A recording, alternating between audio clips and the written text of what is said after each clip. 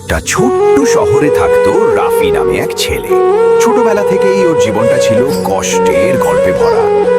বাবা মারা গেছেন যখন সে ছিল মাত্র 3 বছরের। মা ঘরবুড়ি নার্সের চাকরি করতেন, দিন রাত খেটে নিজের ছেলেকে মানুষ করতেন।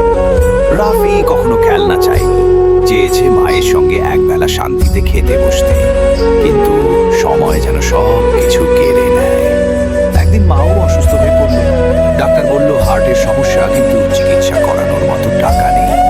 রাফি স্কুলের পর কাজ করতো চায়ের দোকানে। দিন রাত খেটে সে মায়ের জন্য টাকা জমাতে থাকলো, কিন্তু মায়ের শ্বাসকষ্ট বাড়তেই থাকলো। এক রাতে মা চিরতরে চোখ বন্ধ করে দিলেন।